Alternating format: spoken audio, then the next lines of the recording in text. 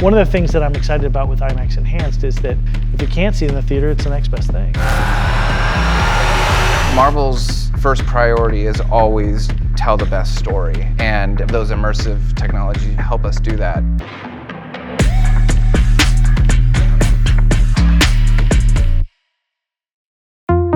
The fans go to the theater, they see it in the biggest, loudest screen they can find, but then they come home and they want to experience it again. With IMAX Enhanced, we can finally make available to people this thing they've been asking for a long time. The idea is to honor that movie.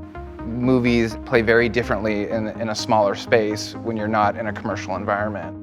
What you're trying to achieve that IMAX Enhanced helps is carrying that intention from the filmmaker all the way through, so that when I'm sitting at home on my couch, a scene plays emotionally and from a storytelling perspective the same way it does if you're sitting in a movie theater.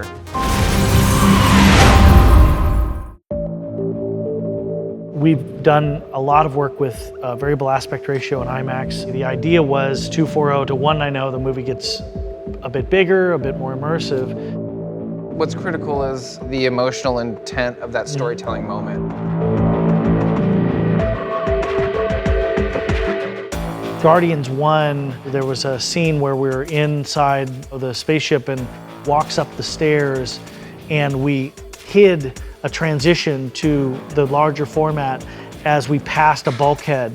And so, because on the A side, we wanted it to be constrained, you're inside this tight little spaceship. Yeah. And then on the B side, we saw this big celestial head floating in outer space, and we wanted to see this big epic moment. So James had us hide that transition in there, and it's a subtle thing, but it's really cool.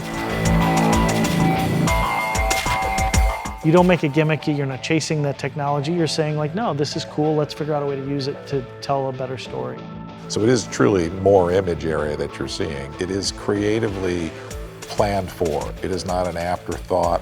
It is actually designed into the shooting of the movie. And our fan base in particular, they're not casual viewers. It's an experience for them. They want to recreate that theatrical experience in the home. It's not just an exhibitor format. We're partners. So we're taking our film, we're working together to adjust things specifically to maximize the format. And when we went into the home, we did the same thing, making creative choices that honor the creative choices we made theatrically, but now we've got a bigger palette, we've got more colors in our paint box. What do we do with those, right? You have so many incredible characters in the Marvel Universe. We need to know, which superhero would you be? Iron Man. He can fly, he's a billionaire, and he's a genius. I don't know why I always had a soft spot for Ant-Man. Paul Rudd, right? What's not to like? Exactly. He's now the sexiest man of the year, apparently. I'm just saying.